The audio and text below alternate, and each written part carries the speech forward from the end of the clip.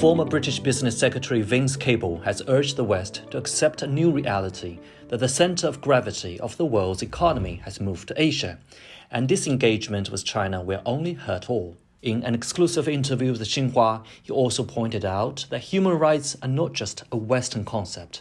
There is an additional dimension to human rights in China that Westerners perhaps don't appreciate. The idea of, the United States following Britain and France and Germany dominating the world is no longer the case, and we have to accept that.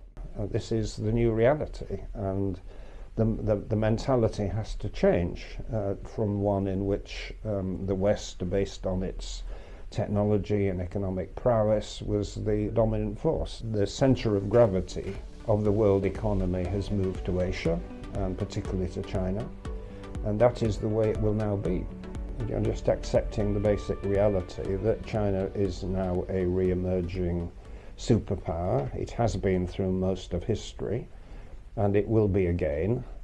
And it's not in our interest to try to exclude China from the international system. I mean, my arguments are the same arguments that were advanced by previous American presidents and so on, who saw it was absolutely fundamental that we have China inside the tent rather than outside. Let me just give an illustration. When President Xi has been to Davos, right, he set out a vision of globalization, right? And what I would like to see is what I call Davos China, right? In which China is a part of this system, part of the rule making, and supporting it.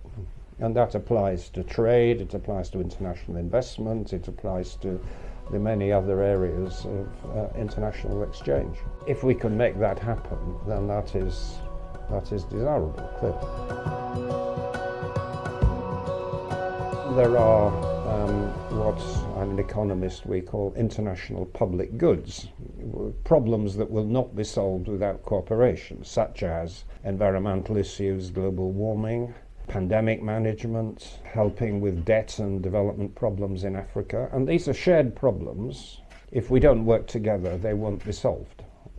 We can only solve them by cooperation. Well, at the moment, it doesn't look good, but I would hope there is a recognition that disengagement is a bad process, and it's fueling suspicion, and it's becoming, as I said, a vicious circle. And the more we accept that we have to live together, work together, have a shared economy, and that means moving back from the decoupling process, the better. Globalization is a good thing. It's done a lot of good to the Chinese economy, it's done a lot of good to the West. I hope that after the pandemic, we do resume normal conditions on trade. And actually, surprisingly, despite all the rhetoric about the new Cold War, trade has actually held up very well. I mean, it's still very high volumes. Also, quite a lot of investment is still happening, despite the rhetoric. There is a lot of Chinese companies investing abroad, in foreign companies going to China, particularly in the finance sector. So, this is happening. Human rights are not just a Western concept. A point I make to some of my American friends is that, yes, of course we should uphold human rights. It's a very important set of values in our society. But if you're looking at the United States, you would be worrying about the gun laws.